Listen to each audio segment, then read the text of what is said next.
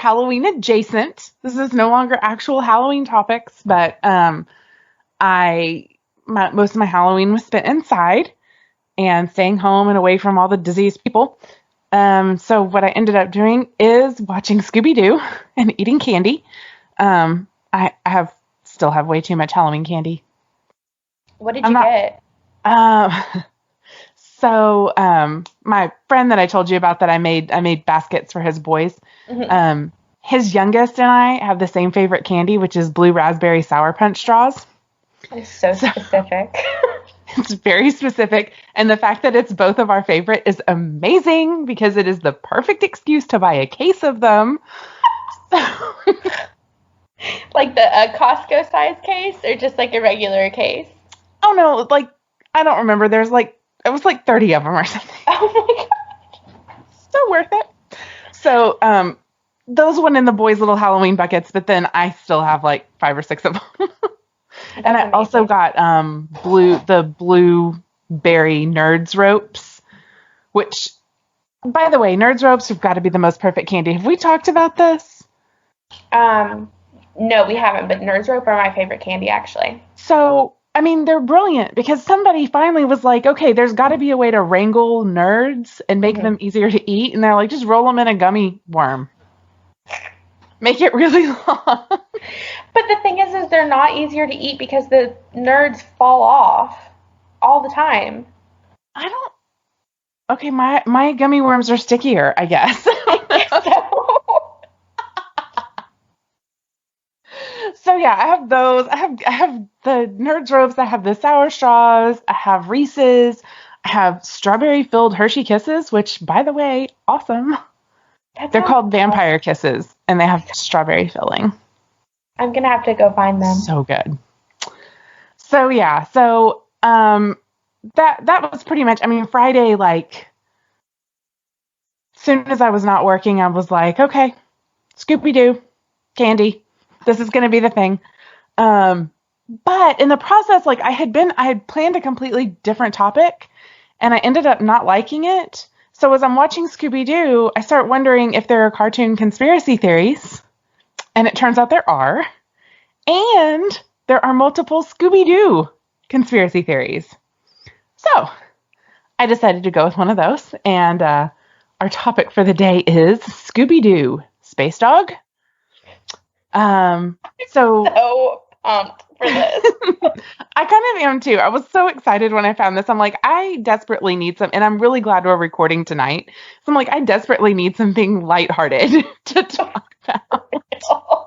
For real. Everyone missed that earlier, but we're recording on election night. So tension yes, is at a high time. It's a little stressful. At a high time. She means it's an all-time high. Thank you. I'm high, and I'm trying to talk.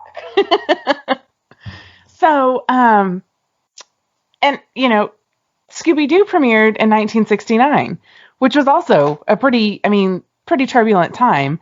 And so what's going on, just a little quick history lesson, because it matters. The landscape in which Scooby-Doo premiered is the Vietnam War, the height of the hippie movement, as well as being smack in the middle of the Cold War.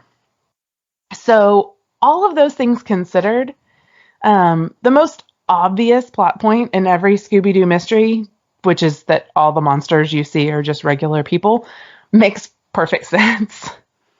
So, in fact, it's such a simple concept that Scooby-Doo's managed to stay relevant for more than 50 years because people being the monster just that never stops being relevant.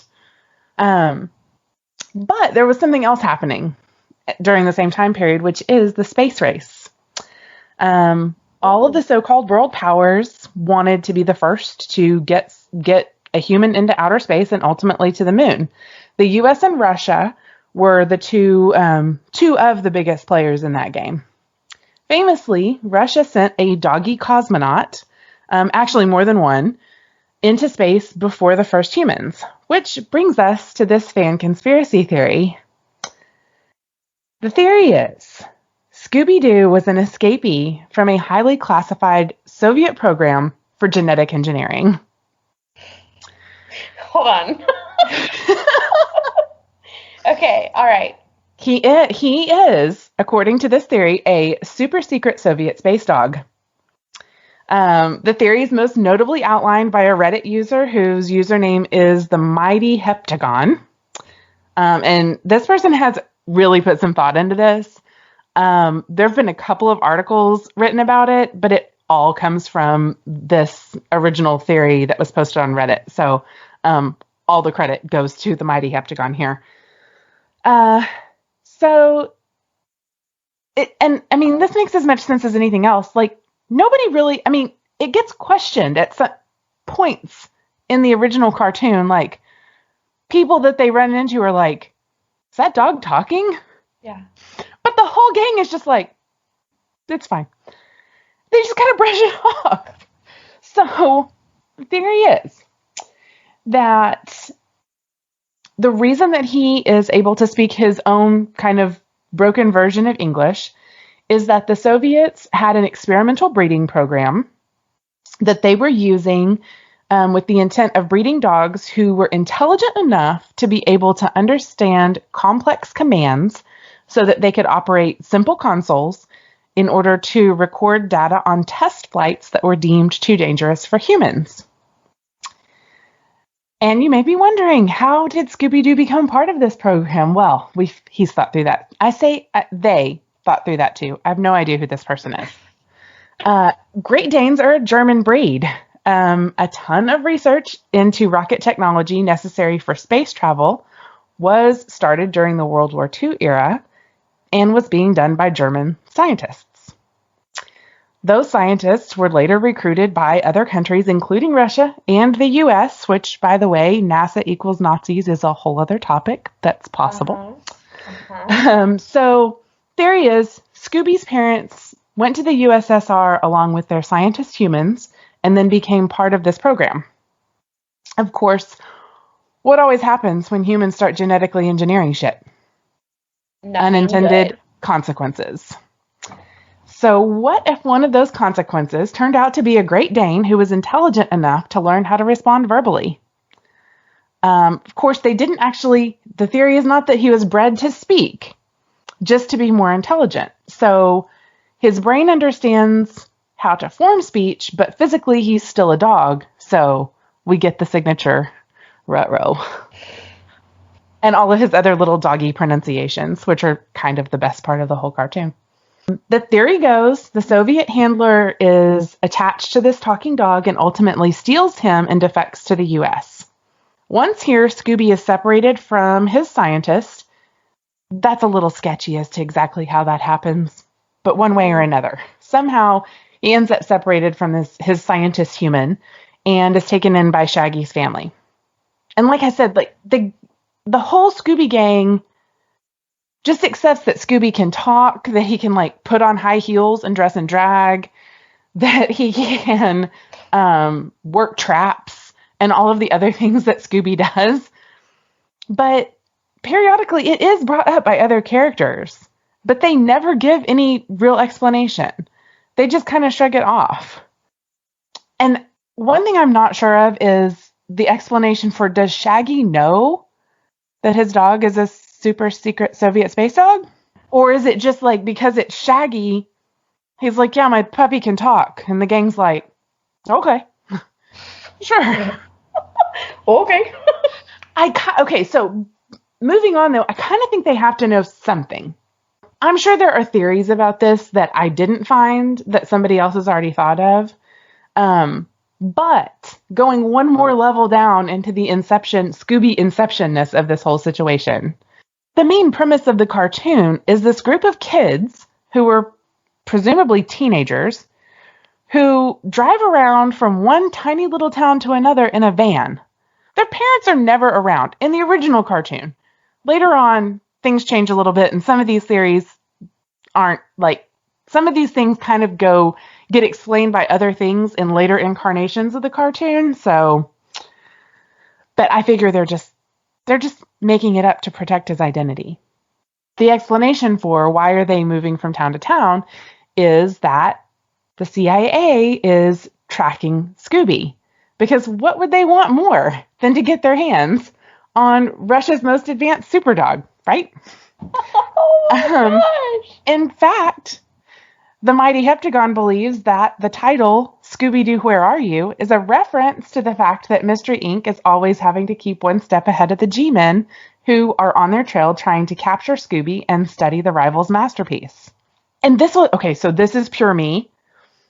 Maybe the people that they visit, because you know how they always just like randomly know somebody who has like a ski lodge or an amusement park or a whatever. Yeah. Maybe they don't really know them, like they're not like friends. Maybe they're spies and they're helping sneak Scooby around the country to keep him from the CIA. Oh my God. Yes. Wow. So they all have these like failing business ventures. Maybe they're just fronts. That's why they're failing, because they don't really want people in the amusement park, but they need to be able to do their spy shit. You really thought like about I said, this whole thing, that's basically the thing. The theory is he's a Soviet space dog, and that's why he can talk.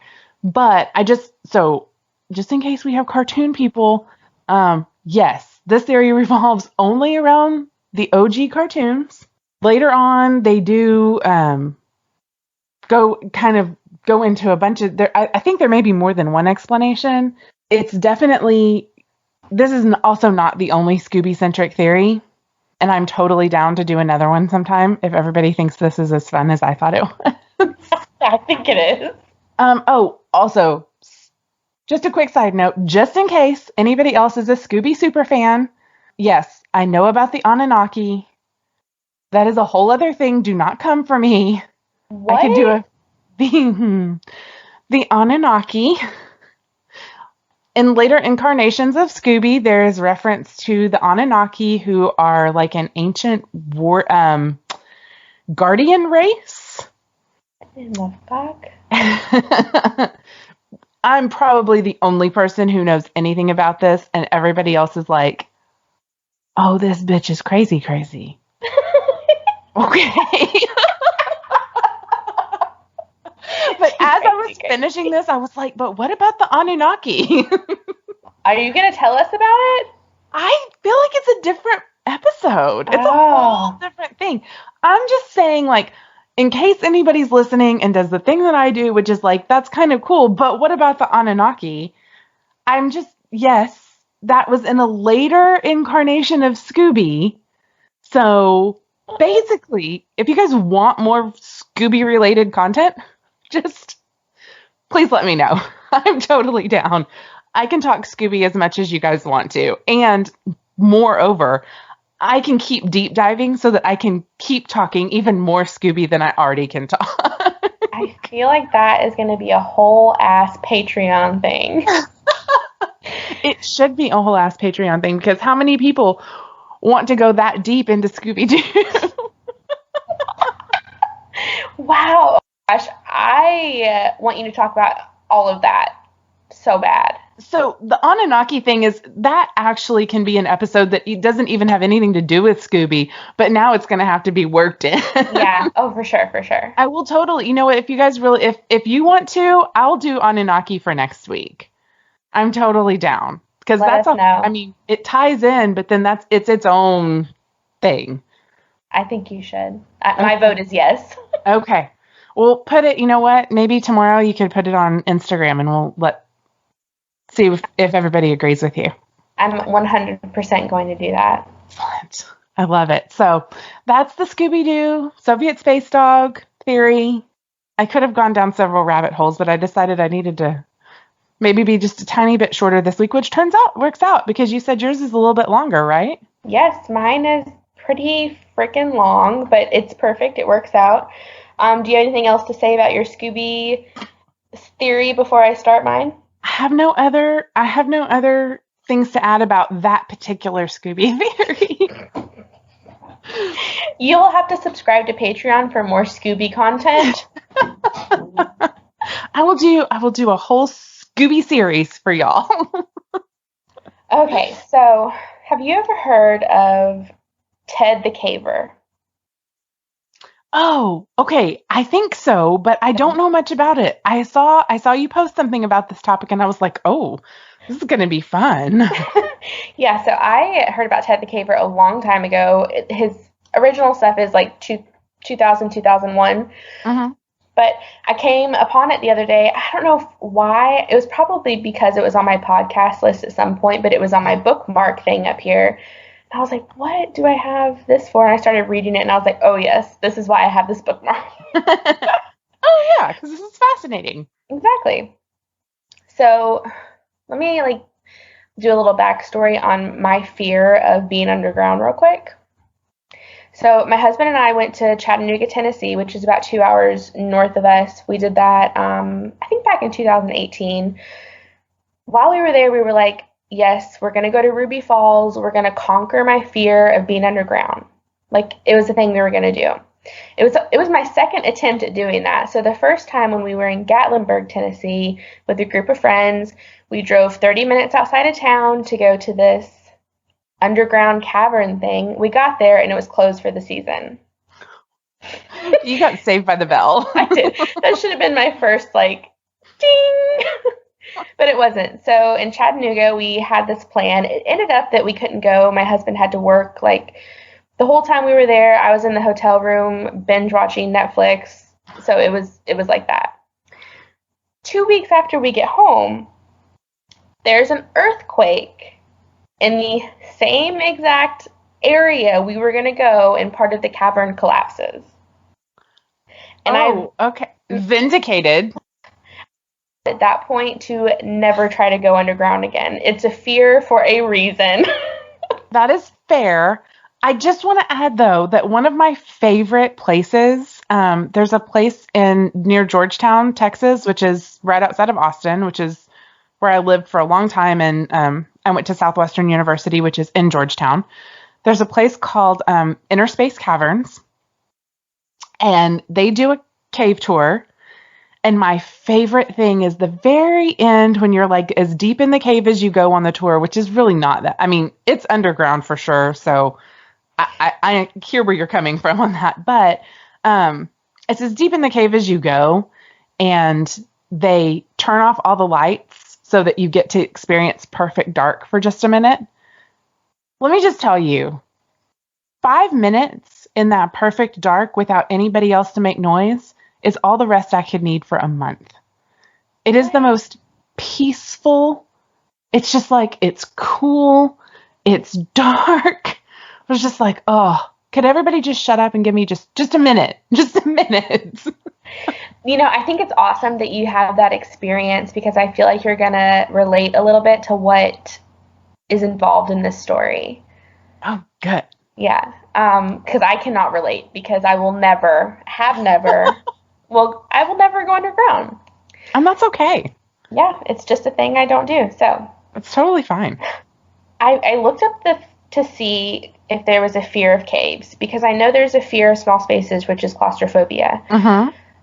It's called spelunkophobia. Yeah, it's sometimes a real I think people name these just so that you giggle at the name. I think so too. So I'm pretty sure this is what I have, because I it's hard for me to even look at pictures of people being underground. I understand that, because I feel that way about really tight. I think caves are beautiful, mm-hmm. but things where they're having to shimmy through tiny little spaces. I don't want to see it. I don't want to watch it. I don't want to look at pictures of it. Okay. Too close. So because you said that, I am going to send you these pictures through Skype real quick, so you can kind of follow along and see. Oh my gosh. Okay, do you see it? Just his little hand sticking through the hole. Okay, I'm going to send you a few more. You don't have to look at them all right now. You can look at them as we're going. Oh God, even looking at this pictures makes me itch and freak out and hate every second of it. We'll post these guys Instagram. Oh, for sure. Yeah, definitely. And I'm going to cut all this awkward silence out. We'll post it so that you guys can be as freaked out by it as we are. It'll be great. We'll all be freaked out together. Okay, so Ted the Caver. Barely person-sized hole. Right. Nope. I don't have words, because I just can't. Okay, so. This is me doing clowns. But you did it so well. Ted the Caver. He popped up with a blog in the year 2000. It was all about his adventures with a friend into the depths of a cave. Ted says he never wants to give away the mystery site, but another article that I read said that it was near American Fork, Utah. So Okay. I don't know if that's true or not, but it was from another article I read.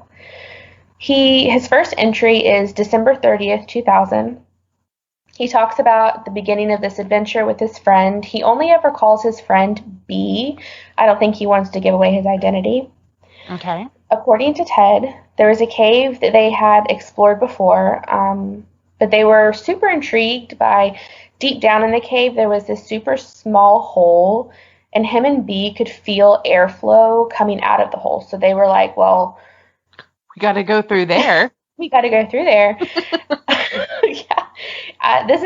So he says there's a saying among cavers that if it blows, it goes, which means if a passage has good flow of air, it probably is worth investigating. So I have heard that, actually. I have not, but now I'm going to say it everywhere I go. If it blows, it goes. That's a saying on one of our t-shirts, guys. If it blows, it goes. Oh my God, we've got to do that. I'll make a note. So they had gone through this cave before, but this like small opening really intrigued them, and they decided they were gonna open it up. So they rappelled down and got to work like immediately on widening the hole. So the hole itself is the size of a fist, like a small fist. Yeah, like that first picture with his hand sticking through. Mm-hmm. Yeah, and that's not even his hand. That's just his glove. It's just sitting on the hole. Oh. They looked through the little super small hole at the passage, and it looked like they would be able to crawl through it and eventually come out into like an open area that was probably like a whole foot, 12 feet. How much is 12 feet a yard?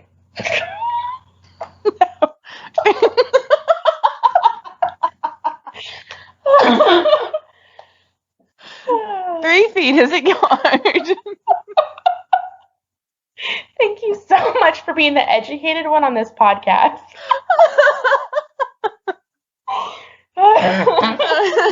One yardstick is 3 feet. Ooh, girl, thank you. So 4 of those is 12 feet. The open area was about 12 feet back, and it looked like, not that they could get in there and stand up, but that it was just wider than maneuvering through like a worm. Right. Which is normal. Yeah. So they called this the Virgin Passage, meaning that no one had ever obviously taken this route before because no human being could fit through this hole. They weren't really sure if it was possible that maybe there was like an opening on the other end that they couldn't see, didn't have access to. The two men, which was Ted and B, they sat there and they kind of contemplated on how they wanted to open the hole. They could hear and feel wind, which to them sounded like eerie howling. And that would be my first clue to GTFO, that bitch. There's a whole Berenstain Bears book about this. Wait, what? Saying. What? There's a Berenstain Bears book with a cave that makes the sound. They knew. They knew. So they heard these sounds, and it sounded like eerie howling and low rumbles. And as they're sitting there, they're like, oh, it's not a big deal because it's just trucks passing over the highway above us. And possibly, but they were in the cave in the middle of the night. There's not that much traffic in the middle of the night, right? There's not. I mean, not usually. No. Depending on where they are, I guess. Yeah. I mean, Utah. Like, mountains of Utah, probably not. I was thinking, like, does anybody even drive in Utah at night? If you live in Utah, I'm sure they do. Let us know. We do have a few listeners from Utah, I think, which is crazy because I know 0 people in Utah. I know 0 people. I don't think of anybody that I know in Utah right off the top of my head. The men came up with a plan to widen the hole. They named it the Virgin Passage. Of course they did. So they named it the Virgin Passage, but then they decided they were going to name it Floyd's Tomb. I guess Floyd was a famous American cave explorer, and Does Floyd have some issues with women that are unresolved?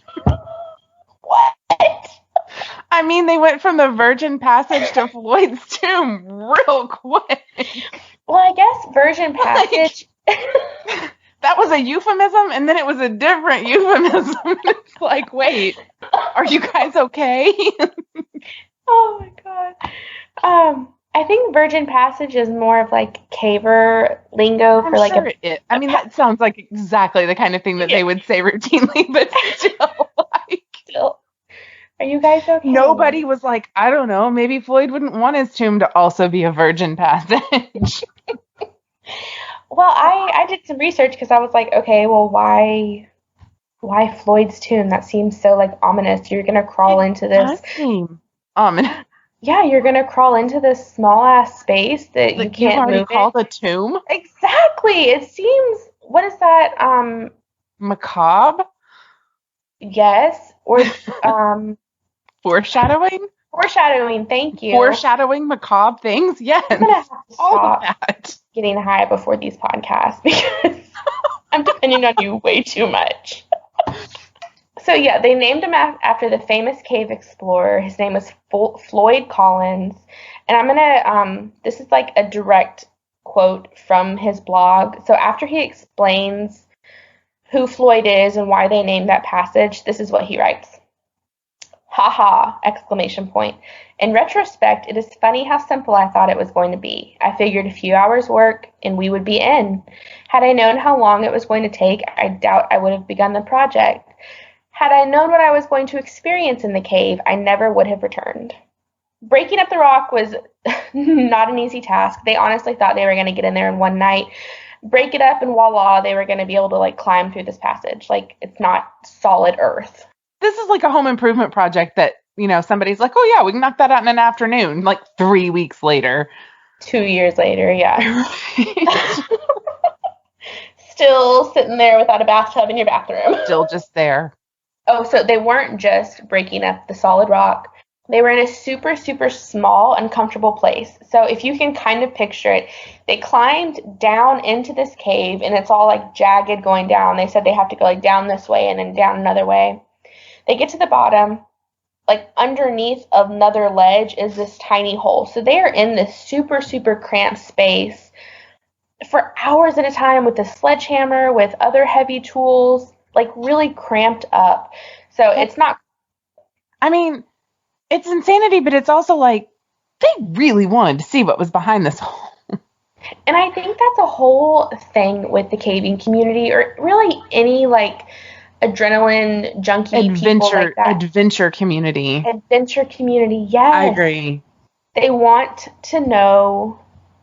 They want to experience. They want to be the first people. Definitely. Which I mean, I want to have that energy, kind of. But other parts of me are like, I don't know, there's lots of spiders there probably. Yeah, spiders and like things, spiders, the unknown. Small spaces, it sounds uncomfortable. Maybe not. Yeah, it sounds like a lot of... someone does it. It sounds like a lot of physical effort. And yeah, a lot. I'm not about that. I'm not about that either at all. And I could never be a caver because my boobs are too big. I have a tummy. I can't do that kind of stuff. On more than one occasion, I have watched people squeeze through and they say something like, well, you know, if you can get your shoulders through. And I'm like, sir, I have news for you. Like, some of us can get our shoulders through, but the boobs are not going. Like, these are the people who say this are people who don't have the boobs. It didn't, absolutely. Because it's like, yeah, you're right. If you're a dude, probably if you get your shoulders through, you're set. Because for the most part, most of y'all, everything else is smaller. For real. Not so. Because my other thing, and then in the back of my head is, and if I manage to squeeze my boobs through this, we're going to have a real problem when we get to my butt. Like, I'm going to go, wow. Like, if it's already tight, I'm thinking no. It ain't happening. It's not going to happen. I'm going to end up in a Winnie the Pooh situation. Not going to be good. So anyway, I'm sorry. They're Winnie the Poohing their way through this cave. Yes. Okay, so they completed the first day and really like nothing got done because they were so uncomfortable. They They found out they really didn't have the right equipment, blah, blah, blah. So as I sit there admiring the work that they had completed, they start to hear these like howls from within the passage that they had been working on. But this time, because they had widened the hole a little bit, it was a lot louder.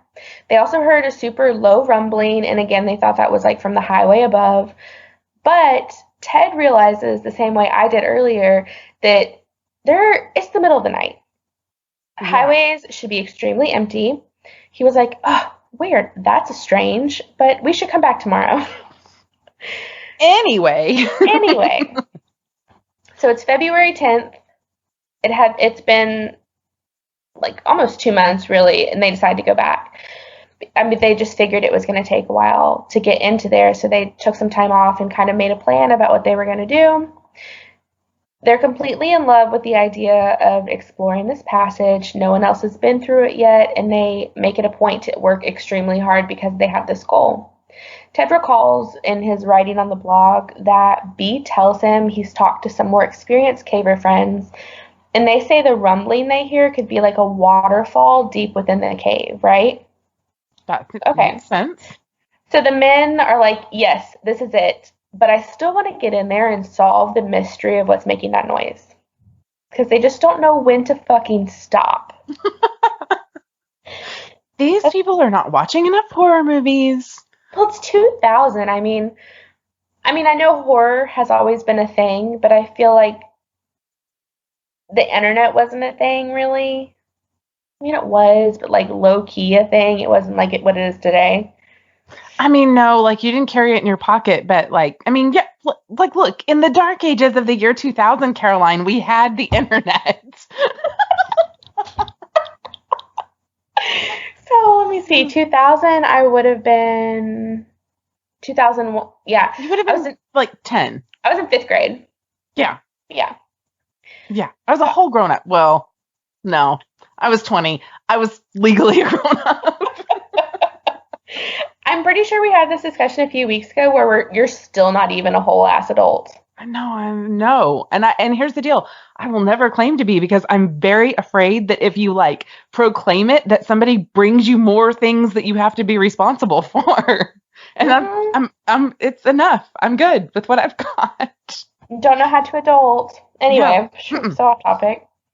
I feel like we do that. We do go on these little walks. Here's the thing, though. If people didn't enjoy it, they probably wouldn't be listening to us, so it's okay. Exactly. There's 2 types of podcasts. There's like straight to the point, facts, and then we are not that, y'all. We're the fun ones. Exactly.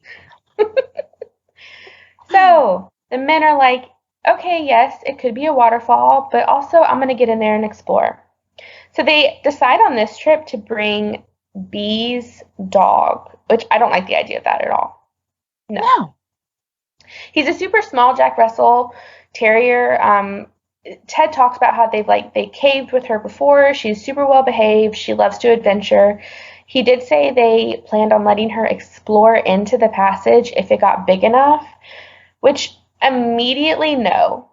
That's some canary in a coal mine bullshit that should not be happening. No, I feel like in a way that's animal abuse.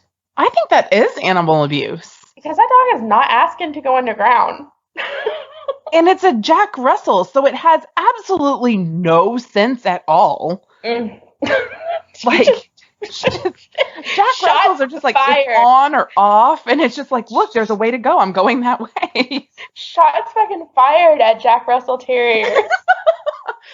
Look, those dogs are, the energy level is outrageous. Like, if somebody could figure out how to bottle that, you would be a multimillionaire.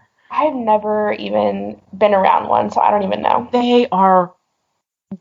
They're super smart. Yeah. And they have a ton of energy. So they're just all over the place all the time, because you can't give them enough to do to keep them like focused on something. Oh my God, so in a way, I mean, probably this dog loved going into caves, but still, like, I don't feel like you let your dog go into a cave passage that A, you can't get into, and B, you don't know what's on the other side of. Exactly. And what if he didn't come back? But what if the thing howling ate it Anyway. Exactly. I didn't like this. Okay, I don't like that either. That worries me. Yeah. So I'm going to pull another direct quote from the blog because it's pretty long and I didn't want to like paraphrase it because Ted talks about the dog's experience in the cave. So here we go. The dog began exploring as soon as we let her off the rope. She was in hog heaven, sniffing and darting around our feet. She would run from one person to the other as we made our way back to the work site. At the point the cave splits into 4 passages, the dog seemed to run out of juice. She stuck right by either B or me, which seemed kind of odd. As we progressed further into the cave, she would only stay by B. She seemed extremely edgy, like she saw something she didn't like, which dogs have that sense. I mean, they Always know. trust the dog. So as we approached the short drop-off before the hole, she stopped and would only come further after we coaxed her. The hair on her back stood on end. Finally, as we got to within 20 feet of the hole, she began to whimper and hide behind B. Her tail was between her legs, and she was cowering down on the ground. I have seen her square off with dogs twice her size, and now she acted as if Satan himself was lurking in the darkness. I figured there must have been like an animal who called that cave his home, and maybe the dogs smelled their scent. It was too bad it upset her because there was no way she was going into that passage like we had planned. And I just want to know, everybody knows, even if you don't like dogs, that dogs have a keen sense for danger. Or for always trust the dog. Yeah, always. Always trust the dog. Like, I mean, as I'm listening to you say that, I'm like, do y'all not speak dog? Because that's dog for we need to leave now. This is not okay. Something ain't right. Oh, trust the dog with people too, y'all. If your dog doesn't like somebody, learn something from that. Right. There's probably a reason. So as our night progresses, they take turns working on the hole. During that night, 2 bizarre things happen. So as B is drilling on the hole, he suddenly stops and he has like this worried look on his face. He says he heard grinding sounds coming from within the passage. And keep in mind, he's hearing this over the drilling of the hole. Right?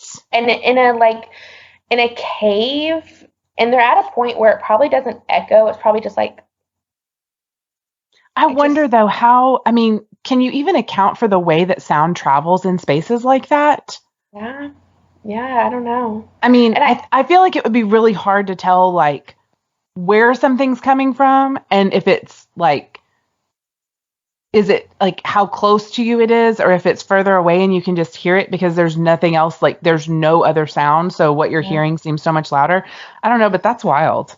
I mean, that kind of gave me goosebumps. Yeah. So he said the sound, it was like 2 rocks. It was like a rock sliding on a rock. He kind of just like chalks it up to his ears, maybe still ringing from the drill, and he just keeps going. He notices soon after that the wind from that little hole abruptly stops, and they no longer hear that like low rumbling that they thought was the waterfall. It's just an eerie silence and deep within the cave, which is, oh God, it gives me fucking chills. That kind of gave me chills too. Yeah. At the end of the entry, he talks about exiting the cave. The 2 men talk about the mysterious noises and like what they could be. And he writes this: in retrospect, I can't believe how casual we were about everything that was happening in the cave. At the time, the only thing we could think about was getting into the passage. Everything else was just a minor distraction. I do recall thinking it would be nice to get in and see how the mechanics of the cave work, where the wind was coming from, what was making the noise, etc. Now, weeks later, I think of my ignorance and shiver. And so some of the blog he writes literally like as soon as they get back from the cave, and some of it he went back later and like typed it in again, and you can tell because it's like in italics. Oh, okay. Probably should have said that. And I'm gonna give the website so you guys can go read. It's a good long read, but the whole blog, to read it and match it up with the pictures, is just like, you have to do it. This is just my summarized version. So that was February 10th. Now we're on March 3rd.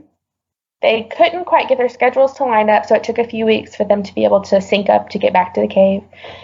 it's their third trip. They're still not through the hole. They're really exhausted, but they're taking it much more serious. They're focused less on the adventure part of it and more on like just fucking getting in there and seeing what's causing those noises. Right. Which I think is dumb. Yeah. But whatever.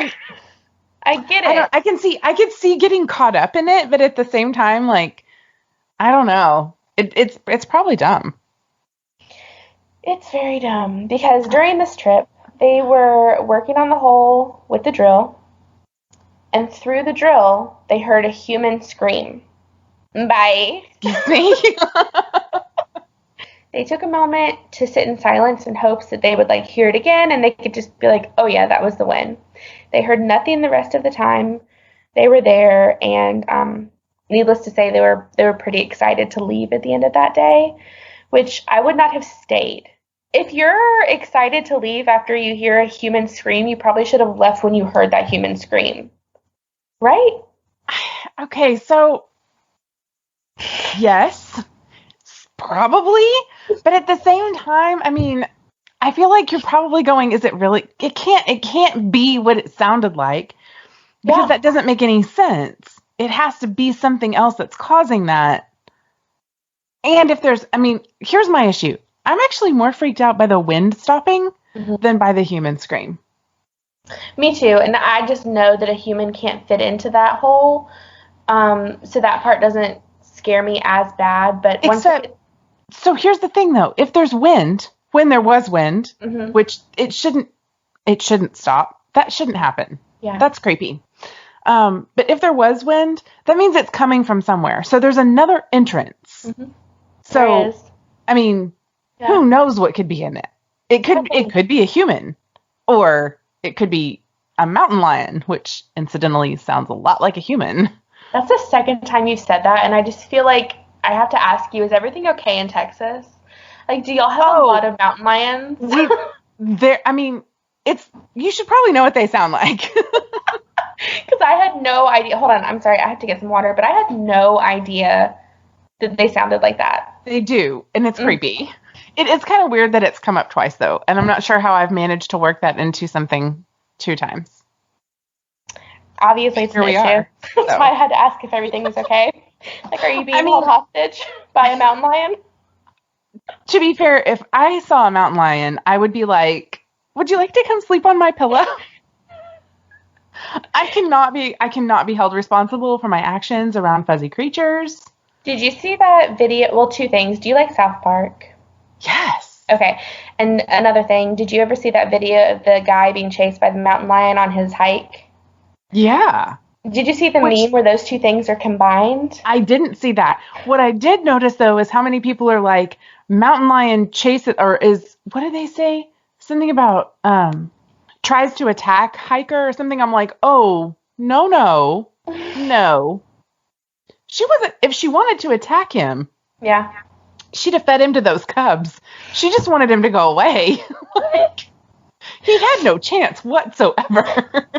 Which is why it is kind of important to know what they sound like out. I mean, even where I live, which is not, it's not like we live out in the middle of nowhere, but like if you go out away from town, my best friend's a hunter, and he actually got stalked by a pair of them one night while he was trying to bring in a hog that he had shot. Holy shit. And he could hear them. He could hear them like talking back and forth to each other. And he's like, I swear, I think they were talking about me. Oh my God, that is fucking terrifying. It was, and I really genuinely was like, can you not do that again, actually? Because how long would it have been before one of us knew to be concerned that you'd been eaten by a mountain lion? For real. Nobody knew where you were. Like, I mean, I knew that he was out, but like, I wouldn't have been able to find him. Or just assume that, yeah, no. Like, you should, like, maybe not by yourself, and probably not, like, once you hear the mountain lions trying to triangulate your position, perhaps it's time to just come back for that hog tomorrow. I mean, I know why he does it, but at the same time, like, yeah, I mean, are we okay in Texas? Yes. We're actually way less concerned about the mountain lions than we are about the Republicans. Oh, shit. Just being honest. Being honest. They were. Okay. She was screaming, and they were like, "Whew, that was a rough day. Kind of glad we're going home." Yeah, so they're super excited to leave. They come back on it says February 13th, but I'm pretty sure he meant March 13th because they were there on March 3rd, and then so yeah, I think they it's time traveled, but probably it was March 13th. Probably it was March 13th. Okay, so yeah, this is the trip where Ted decides he's gonna travel into the tomb that they're calling it, which fucking no, don't call it that. Yeah, I'm with you on that. He spends a lot of time describing, this is in his blog, how he gets in and moves through the extremely narrow passage. He has to go into the hole, and I'm like demonstrating this on the video. So he has to go into the hole straight up, arms first, and then his head and his shoulders, because I guess that narrows your shoulders a little bit, which I guess it does, yeah. Then that's the whole, like, if you can fit your shoulders through, you can get through theory. Doesn't work. No. That was a man that came up with that, for sure. He gets through, and he says he has a hard time because his hips are the largest part of him, so he has a hard time getting through the hole. He also talks about how, like, the first portion of the passage, when he first gets up there, is the biggest, which isn't saying a lot. It's still tight, but he just has enough room to, like, readjust himself and decide if he's going in, like, arms first or arms by his side, because he's still wiggling through like a worm. This is stressful. This is stressful. I'm stressed. You guys need to look at the pictures while I'm talking about this, because so you can be just as stressed as we are. Yeah, I'm pretty stressed. So I took this excerpt from this particular blog entry. So he says, picture yourself in my position, laying on your stomach. Your left arm is extended over your head, and your right arm is at your side. He only has a few inches on each side that he can move. Not even, really, just, I guess, yeah, a few inches. Your arms and hands are sore and bleeding from crawling and pulling yourself across the broken rocks. Your entire body is resting on the rocks. Your neck gets tired of holding your head up, so you gently rest your cheek on the rock to rest. No. Once you start again, you have to push your toes to scoot your body forward, sliding across the rocks. After a few inches, you're breathing hard. Stressing me the fuck out. I wish everyone could see my face right now, because I'm like, why would you do this? Start looking for the other entrance. Right, exactly. Like, do you have GPS? Figure out where you are. Start there. Walk out. Find the hole. I think in 2000, though, we only had MapQuest. In the fucking dark ages of 2000 again. But GPS existed, and you could absolutely use it in that context.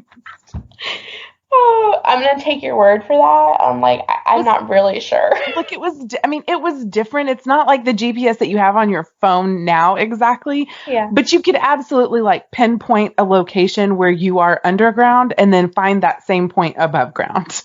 Okay. Whew, I'm going to have to take your word for it. So, finishing this quote, as he says, as you inhale, you can feel your back pressing against the top of the cave. It takes several minutes before you can actually recover to press forward, because you can't even, like, fully breathe all the way. He says the entire time you're laying there, you think, are you going to get back out? And what if I don't? What kind of fucking psychopath thinks these thoughts while they're underground, smushed into this earth bubble? Moreover, I mean, like, it's not like he didn't know going in. It's not like he thought it was going to be easy and then all of a sudden was, like, stuck. He knew it was going to be like this, and he did it on purpose, and then wondered as he was crawling to the tomb if it was going to be an actual tomb. What? Morbid. Y'all explain yourselves.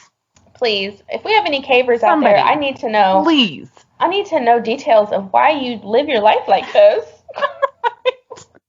Why are you the way you are? Amen. We are moving, so he makes it in that time. We're moving ahead to April 7th. They're back in the cave. Ted is wiggling through the narrow passage. And boom, he makes it into the tomb.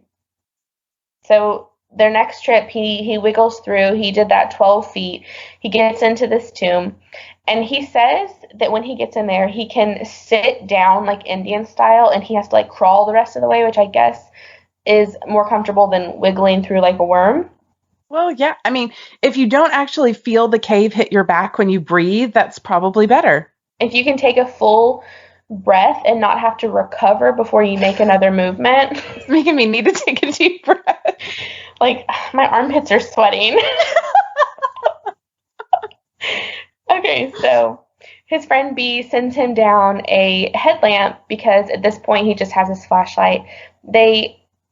Ted talks about how they never considered the fact that if something were to happen to Ted, that B could not come rescue him because, as you can see in a picture of B on this blog, he's got a tummy. He can't fit through that hole. Why would you bring someone? I'm just like stressing the fuck out about this. Why would you bring someone that could not get in there to rescue you? I have to know. I mean, I guess at least you have somebody who can leave you there and go find help. I guess. I mean, you're right. At least he's not doing it alone. It's better than being on his own, but like, here's what I don't understand. What do you mean you didn't think about that until now? I mean, yeah. This is like the first moment that you've been like, huh, actually, this is really a real bad idea. Seems like a bad time to realize you have not thought all the details through. 3 months in, and you're like, this is probably not the way we should have done this. So he's 12 feet in. He is in the tomb. He's crawling now. It was getting harder for B to like hear Ted talking. So Ted was like, hey, look, I'm going to adventure for half an hour and then I'm going to return. And B was like, all right, cool, I'm going to take a nap, which they did in the cave. Like while Ted was doing stuff, or like while one was drilling and the other wasn't, they would just like nap.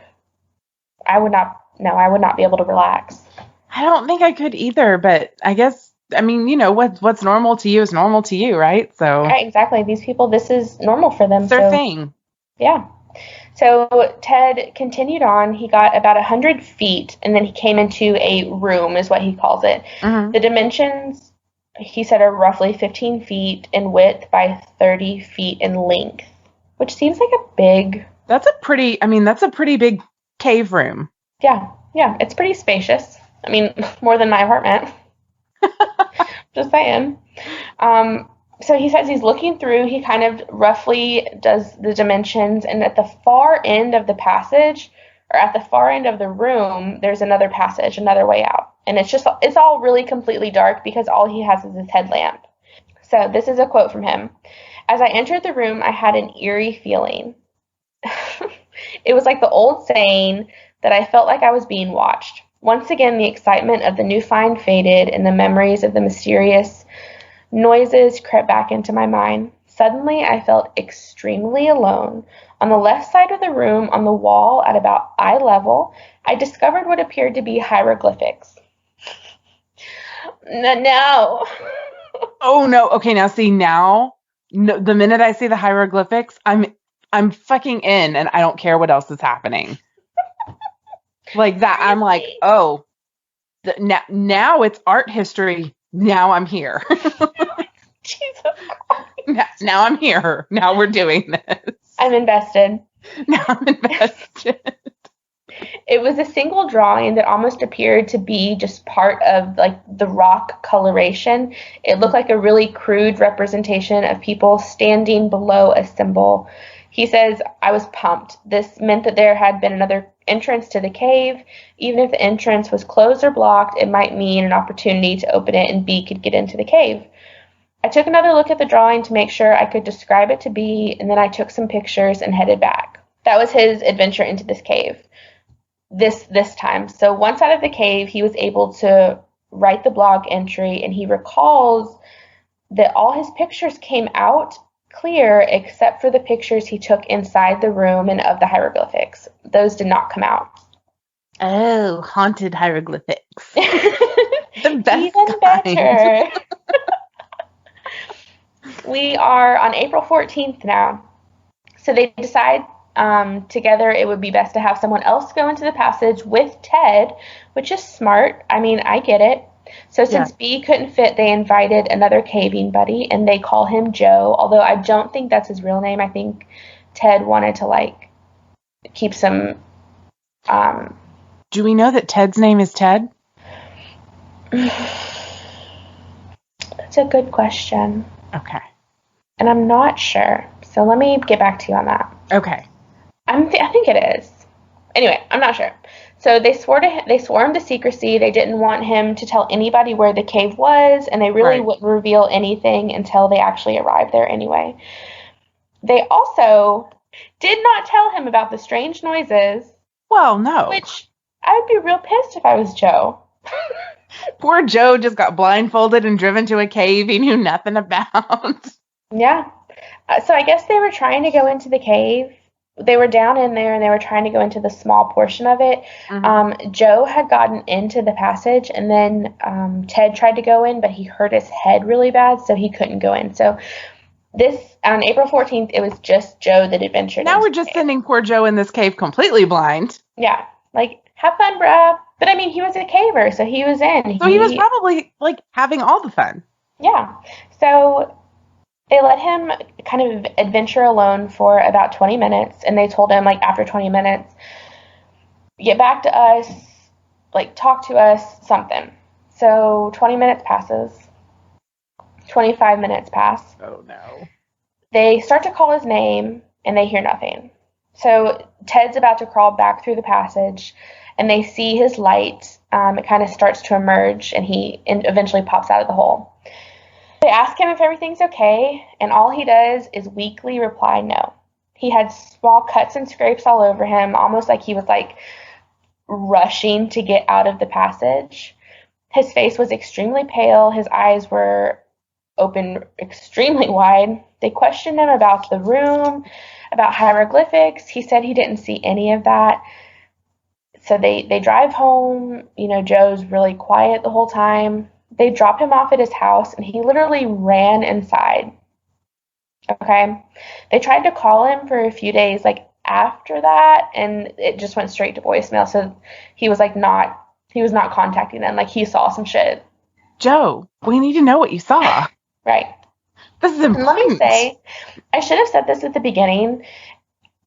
It's 50-50 in, like, the online community, like Reddit and creepypasta, if this is real or not. I was wondering this. Yeah. Because, I mean, this man legitimately made this blog, made multiple entries, but we just don't know. And it could just be really good storytelling. Yeah, it could just be really good storytelling. So listen to all of this, and then you guys let us know, like, what you think. Is it real or is it a creepypasta? April 28th. The blog post is extremely long on this date, so I'm going to kind of do my best to, like, summarize and just do Ted proud. So the two men decide, Joe is not part of this anymore. The two men decide to go back into the cave. Joe is still under his bed. He is still not feeling it. And this guy was an experienced caver. And I'm sure he's been into small spaces like this. So it's something. Something freaked him out. Mm-hmm. Something big. Ted's, like, describing in this post how neither of these two men want to do it. They don't want to go back, but they feel like they need to. They need to finish what they started. Okay, you're being mind controlled by the cave guys. He describes yet again that he has an eerie feeling, but they continue. He notices the other so at this point, he's back in the tomb, right? Okay. He notices the other passage on the far end of the room is, like, about his height, and he would be able to walk through it. So it's way bigger than the passage that they just came through. This trip, they also bring a telephone. I guess cavers, it's like a certain telephone that cavers use, and then Probably camera. Satellite phone. Yes, satellite phone, thank you. And then a camera to be able to film things. So he starts to film the room, and he starts to explore the other passage. As he's filming and exploring, he starts to hear, like, a scraping noise. Mm-hmm. Something that's coming from behind him in the room that he had just left. It's never good. It's never good. No. This time is louder, and it sounds like it's, like, because they had heard this scraping before, but it was like while they were working, and it Right. sounded really, really far away. So this time it is much louder, and it sounds like it's a lot closer, like it's in the room right behind him. He hears it, turns his head extremely fast, slams his helmet onto the rock, busts his helmet light, hurts his neck and his back. He just feels like this immediate sharp nerve pain through his whole body. Damn it, Ted. Get your shit together. Get your shit together, Ted. He drops to his knees.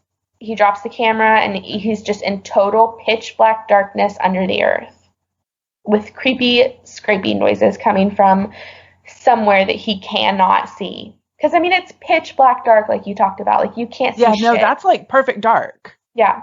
Yeah. So he tries to call B on the telephone, and this would be the second time he called him. So when he first got in the room, he called him just to tell him where he was, and the phone worked perfectly. Okay. This time, when he tries to call, the phone doesn't work. Of course not. Of course not. His flashlight, his mag light, is extremely dim. He needs to look back into the room to see where the noise is coming from. So he starts to take out glow sticks from his pack, and he has 3. The first 2 do not work. The third one works, and he throws it back into the room, but he doesn't see anything. Like, he doesn't see any Because as it turns out, glow sticks are really not the best tool to illuminate a whole room. Right. So he starts to make his way back down the passage to B, and he sees... I really should have fucking mentioned this earlier. God, I'm a horrible storyteller. When you're coming from the small passage into the room, there's like a circular rock. And he notices it, and that rock is what gives him the eerie feeling. So as he starts to make his way back down the passage, he sees that rock again, but this time it's not... the circular rock is not on the ground. It's like up against the wall. So it had been moved. Oh, okay. That's what I'm trying to say. Or the rock is moving itself, Or the rock is moving itself. Yeah. Worse? God, why didn't I say that earlier? I feel like y'all are like, this rock? This rock just came out of nowhere. What do you mean? Where's the rock? What? So he sees that this rock has been moved, but now that it's been moved, he sees there's a whole ass another entrance that the rock was hiding. Like this circular rock was hiding a whole nother... It's a lot. It's a lot to take in. Like, a lot happened to him on this trip, obviously. It's a lot to take in, and this is the entry that makes me go, Ted, did you even go back? Right. Or did Joe freak you out and now you're making up things? Yeah, like maybe... So I like maybe it started out real, and then like the end of it's like they never went back, so now they're having to make some shit up. Yeah. Oh, I like that. Ted. So he books it. He tries to wiggle out as fast as he can. As he's doing this, as he's getting back down the passage to B, he recalls this horrible stench that smelled like rotting flesh. He didn't know where it came from. It just all of a sudden happened. He smells it, like Ted smells it, and then he hears B say, like, what is that smell? Like, B can smell it outside of the little passage. So he comes out of the tomb. He has like crazy extreme cuts all over him. He's like got gashes from where he really just like pulled himself. Can you imagine? You can probably only go so fast. Yeah. And to think... And I can't imagine how much you would like when you're that scared and you your total flight response is triggered. I cannot imagine how much you would sacrifice your body to get out of somewhere. Yeah. Just pure adrenaline at that point. Totally. He had yelled to B to go ahead and start climbing out. Like, as soon as they smelled that stench, he was like, get out. And B was like, peace. And he started climbing out. Don't blame him. So Ted comes out. He starts to climb up too. He notices that as he's climbing out, his rope is being pulled back into the cave. The rope he's climbing is being pulled back into the cave. Not only that, but he says as he was climbing out, he felt like something was beginning to follow him out of the cave. That can't be good. I mean, first of all, he noticed that something was pulling his... You noticed? I feel like there's a different word for that. Like, I became aware that something was pulling my rope back. That's so creepy. Yeah. And everybody has that, or has had that weird feeling that you're being followed, or like you run up the basement stairs at night after you flip the light off, and like boom, and there's always just like this immense fear. But so he says he felt that, but it was like times 100, like real, like something was there and he could not see it. Right. Like almost like a dark entity or something. They make it out of the hole, and remember, they're doing all this at night. So by this point, right. By this point, when they make it out of the hole, it's starting to break daylight.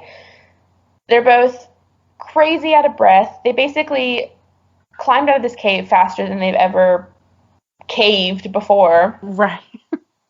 They're pale, they're wide-eyed. Immediately, B starts to cut the rope with a pocket knife because it's tied to a tree, which I would not trust my fucking life in a cave on a tree. It makes sense, but at the same time, like, we are not watching enough movies, folks. This is gonna go badly. Yes. He cuts the rope with the pocket knife. It falls back into the cave, and they leave. Both men leave, and Ted says on this blog post that they will never return. Ever. So it's May 19th. It's been weeks since they left the cave. Ted has finally made a blog entry. He says during this time he's been unable to sleep, eat. He had to take leave from work. About a week after they went into the cave and they came back, he started to hear strange noises around his house. He kept seeing shadows and figures out of the corner of his eye. And when he would turn to like catch them, he wouldn't see anything. He lost a ton of weight. He bought a gun for protection because he was so on edge and so scared. And he says that he always leaves his lights on so he doesn't have to see dark figures out of the corner of his eye. So 2 weeks after they left the cave, he started to have these extremely, extremely, extremely vivid nightmares. He wakes up from one of these nightmares and he just has this gut feeling that he needs to go to this place called Overlook Point, which is, I guess, a place in the city that they live in where you can like look and see all the city lights. Okay.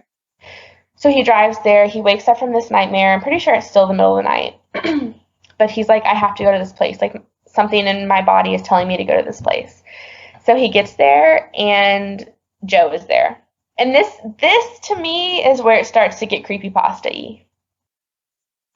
I think we were creepypasta-y already, but yes, like now we're... Yeah. So Joe's there. Yeah. And they talk, and they decide that those two, Joe and Ted, have to go back to the cave. Like, they have to. Something is calling them back to the cave. So Ted leaves Overlook Point. Yes, it's called certain death, gentlemen. That's what's calling you.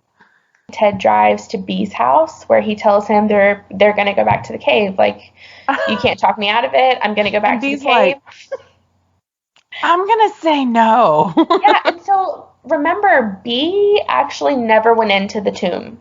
Right. So Ted recalls in this blog post that B opened the door and he looked really happy when he opened the door, and then he saw it was Ted and he immediately just like went pale. And the men hadn't talked in all the weeks that they had been back. They had not communicated. So B, like, I guess shut him off. I don't know. It's very vague.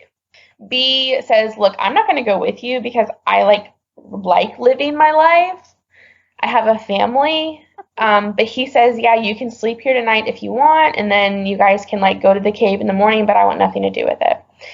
Ted recalls that night at B's house was like the most restful sleep he'd had since he went to the cave. So I guess if something followed him out, it followed him like to his home. Like really specifically. And then sent him to Overlook Point, but didn't go. Yes. Stayed at home, sent him to do all the work. I think what is so interesting to a lot of people about this story is that this is where it stops. The fuck? He seemed super hopeful. He said he was going to go in there. He was going to experience closure. Something was calling him and Joe back. And that's where he leaves off, is he's going to update everyone once him and Joe are back from that trip. But either they never came back, or he just was too traumatized to make another entry or he just forgot. And that's kind of where it ends. And I think that's why it's so intriguing to a lot of people, because we just don't know. It is intriguing, but at the same time, it's like, this is my hot take on this situation. Something freaked them out for real in a cave somewhere. And then they didn't go back and they decided to write a creepy story about it. But they're cavers and not storytellers. So even though they did a pretty good job, they were like, how do we end this? And they're, what if we just say we're going back, we'll get back to you, and then we never do? Yeah. It's very Blair Witchy for me. You know what? I feel like our whole podcast friendship is going to be you mentioning a movie and me saying I've never seen it. Okay, time out. Did you watch Scream? No, I haven't yet. The thing is my husband is not a scary movie person, and as I don't mind scary movies, but I'm not going to watch them alone. It's not exactly a scary movie. Okay. I mean, how much does he dislike? Like he genuinely hates it, or it's just not his thing? It's just not his thing. I mean, he'll watch it. There's a lot of comedy in Scream. Okay. It is not your typical slasher movie, horror film, whatever at all. It is something completely different and high on my list of favorite film franchises. Okay, I will have to watch it. I'll get him to watch it. Maybe Friday's our date night and we usually watch a movie, so maybe I'll mention it then. Scream is a great movie. It's a lot of fun. Blair Witch is a whole other thing. Yeah. Because and the reason I say this is Blair Witchy is because it's not, I don't think it's completely untrue. Yeah. I just think it's taken the bare bones of something that is real and then fleshed it out into something fictional. And that's very much what Blair Witch is. I really need to watch it. You do. I don't even want to say anything about Blair Witch. If you've never seen it, because it's been on my list of things to watch. See, I just don't have the patience to sit through a movie. Even in theaters, I have a hard time. I actually do better in theaters because it's the thing I'm doing, but I'm also an Alamo Drafthouse. Do y'all have Alamo Drafthouse? No. I don't. Okay, so there's other theaters that are like it, but it's like a restaurant, but they serve you food during the movie. Yeah, we have they're probably not chains, but we have a few of those here. So Alamo's it's a total Austin thing, and I don't know if the others were doing it before Drafthouse started, but it genuinely was the only movie theater I went to for 20 years because it's so awesome. Yeah. But they serve you food while there's a movie happening, and that's just my favorite. That's the thing I miss most. That and dancing is what I miss most in pandemic.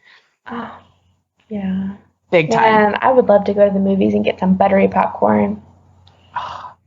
That's what I go to the movies for, is buttery popcorn, and my husband hates it because I have a really weak stomach and it never ends good. Ever. There are just some things that you just eat knowing they're going to make you sick.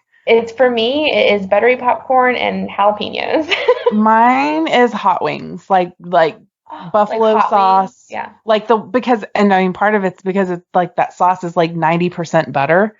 That's why it's so good. It's so good. Butter is my love language. Is that a thing? Because that's my love language. You know what? I understand that because I think cheese might be mine. So. Oh yeah. I totally get it.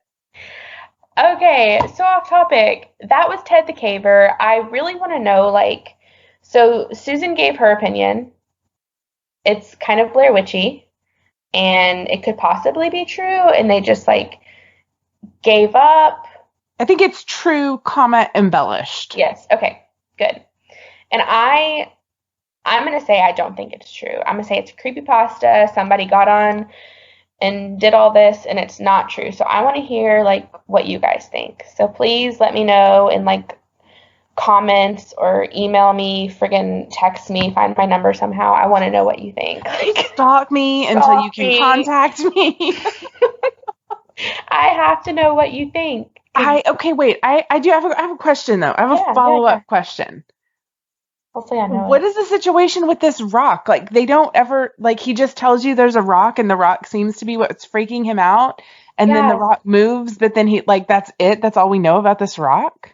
that's all we know about the rock. It was almost like it was there.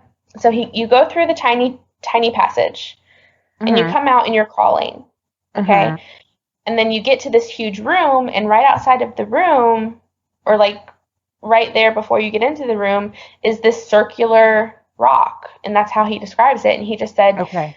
he like comes upon that rock, and he just gets this eerie feeling. He can't really explain it. He doesn't know if it's from the rock, but he like sees that rock and just gets this weird feeling. Okay, I want a devil's advocate for just a second about this. Yes. So, if we just take it and say it's absolute, like what he's writing about this is true. What if the rock is actually magnetic and it's the magnetism that's actually causing the change in the airflow as well as what's freaking him out? Because areas with a lot of magnetism definitely cause like hallucinations and like feelings of being watched and all of that stuff. Like all of that can be caused by magnetism in an area. And when you're in the ground, I mean, that's entirely possible. Oh my God, you're so smart. I just watch too much TV. No, God, that is such a good thing to put out there because I had never even thought about that.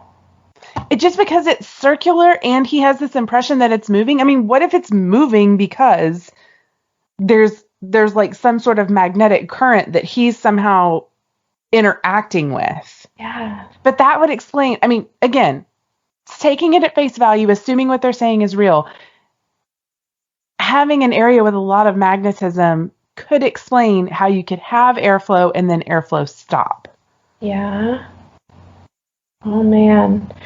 I mean, that's a fourth theory. I need to talk to Joe, is what it is. Yes. Because I just feel like Joe is the most believable person in this whole story. Because he had the common sense to not fucking go back. And to run away, literally, until the thing told him to go. See, and that's the other thing. I just feel like Joe was very invested in not going back, and I just don't think that that's going to happen. I think that is Ted's imagination. Yeah. God, maybe just... I want to know, and I think we'll never know because it's been since 2001, and we still don't know. It's been 19... Well, now I'm going to be obsessively trying to figure out who this person is. Yeah, go do it. I have not dug that deep. I mean, I went through like Reddit and different things, but I did not spend hours digging if Ted... Like, what's in the back of my mind is, do I know somebody who could reverse engineer a blog to determine where the IP address came from? Well, I'm going to need to get the fuck on that. But perhaps I know somebody who can. If you can do that, hit us up. Yes. By all means, if you are an IT person who can handle that shit, please let us know because we have some stalking for you to do. But for legal reasons, we're not involved. For legal purposes, we're going to call it research. So, yeah. That is a crazy story. And I have heard it, like, it's one of those things that I've kind of just heard. Yeah. But I've never really, like, dug into it. Because I think I got it confused. There was another story about a guy, but it was an underwater cave. Oh, and it's a whole thing. Oh, my God. I have been scuba diving only in a swimming pool because I'm not certified or anything. But it was so cool. And it was like, this would be so much fun. Like, if I were rich, this would probably be my hobby. Because I think you have to be rich to do this. My husband's been scuba diving, and he said it's really cool. And I said, I will never fucking go with you, ever. I don't care if you take me to the Bahamas. I'll never fucking go. Okay, first, here's something they don't tell you. The oxygen that comes through those masks tastes like heaven. What? It is the best like it's like just, I don't even know how to describe it, but it tastes so good. Holy shit. You're like, for starters, you're like, this is the best air I have ever breathed in my whole life. straight to that tank air. But the being underwater thing is really cool, and I think there would be a lot of cool things about it, but when they start talking about moving through caves in places that it's too small and you have to like take your tank off and like push the tank in front of you, stop. No, you're going too far into the cave now. This is for the fish. But there's a story about an underwater caver who basically disappeared. Like they assume he died, but they've never recovered a body.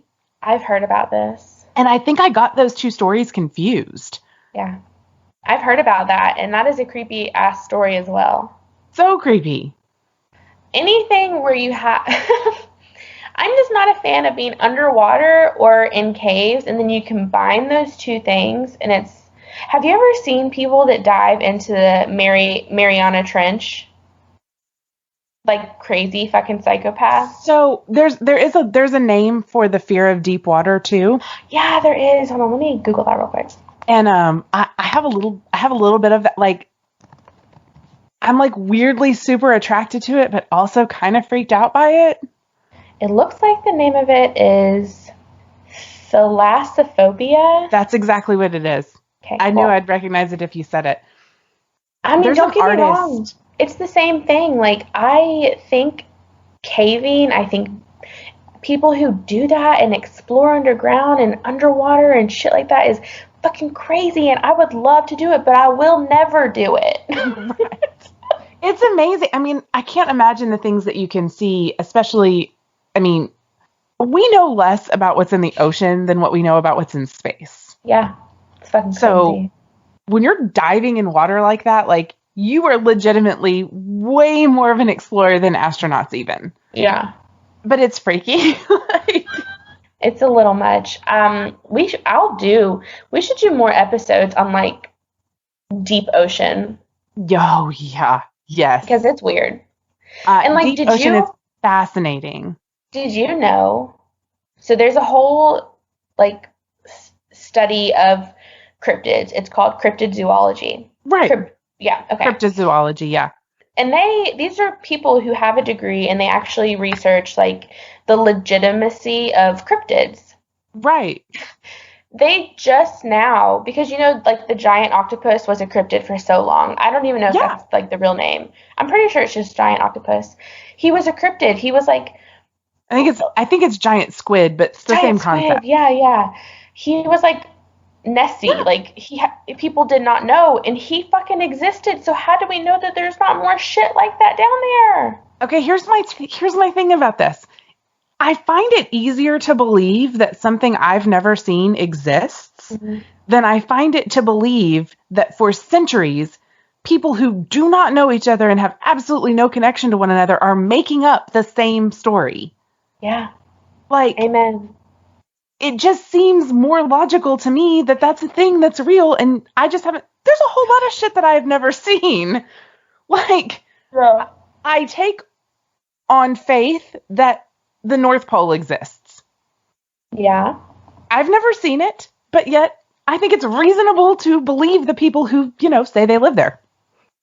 Yeah. Oh, like, God. But like, I've seen exactly as many Bigfoots as I've seen North Poles. Like, that's an even number. So, but he exists. He's there. Yeah. I mean, but why wouldn't that exist? I feel like it probably does. And you're right. The giant squid is like for ages, people thought that was like sailors telling tall tales. Yeah, and it's real. And turns out, it's not only is it real, they weren't exaggerating. It looks exactly like what they've been saying it looks like.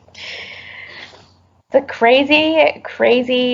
This is why don't get me wrong, I love true crime. True crime is amazing, but yeah, I'm more interested in like the mysteries of the world, like right. And maybe other people are too, yeah. True crime is concrete, and that's interesting. But things like cryptids are abstract, and there's a lot more to think about when it comes to abstract concepts. And I love it. I'm down for that, always. I think I've been thinking about because I joined this cryptid group on Facebook, because I was going to do a whole episode on Bigfoot, which I was still... me to that. That sounds like a good group. Yeah, I will. And there's some of these groups that are just going a little off the rails for me.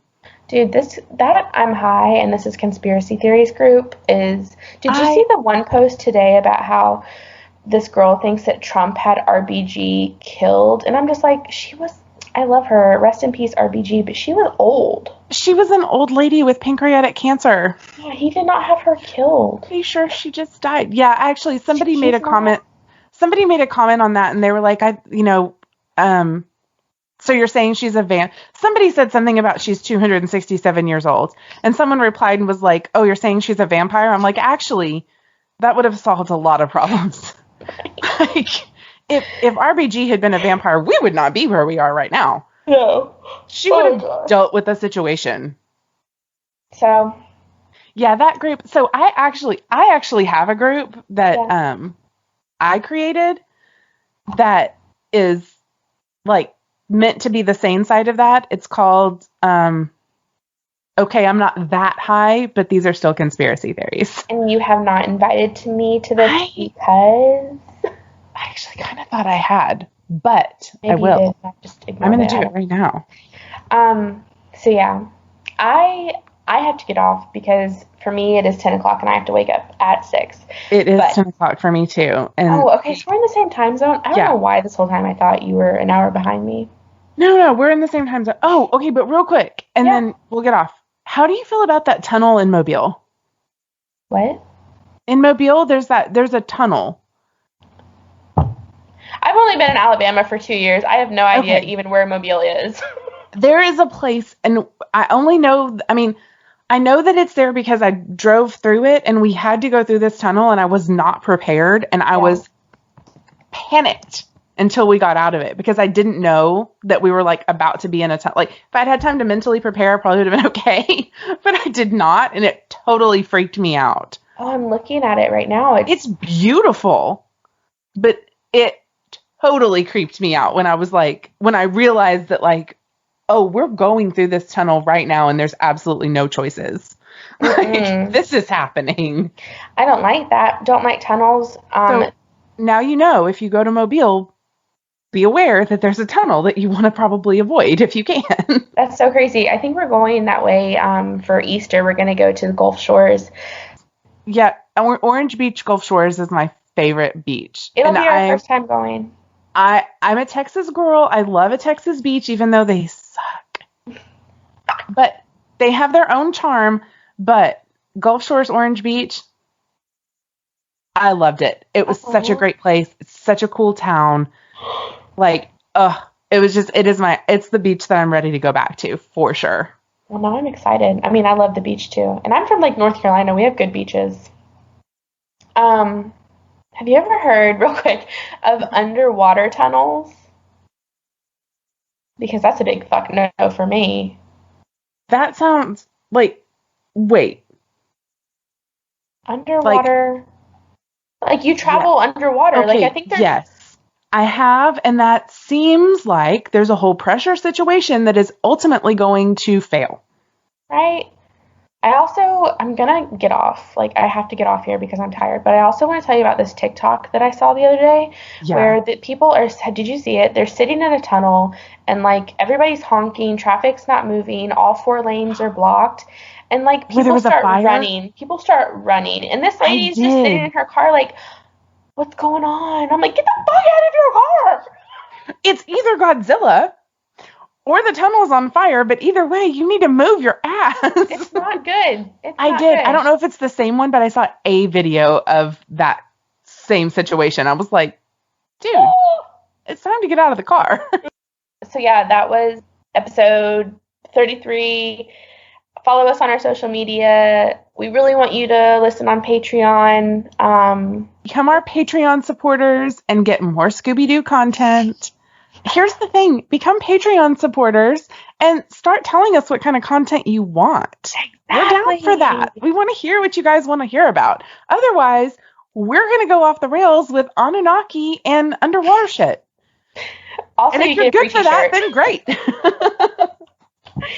All right. I will talk to you soon. Okay. Bye. Bye.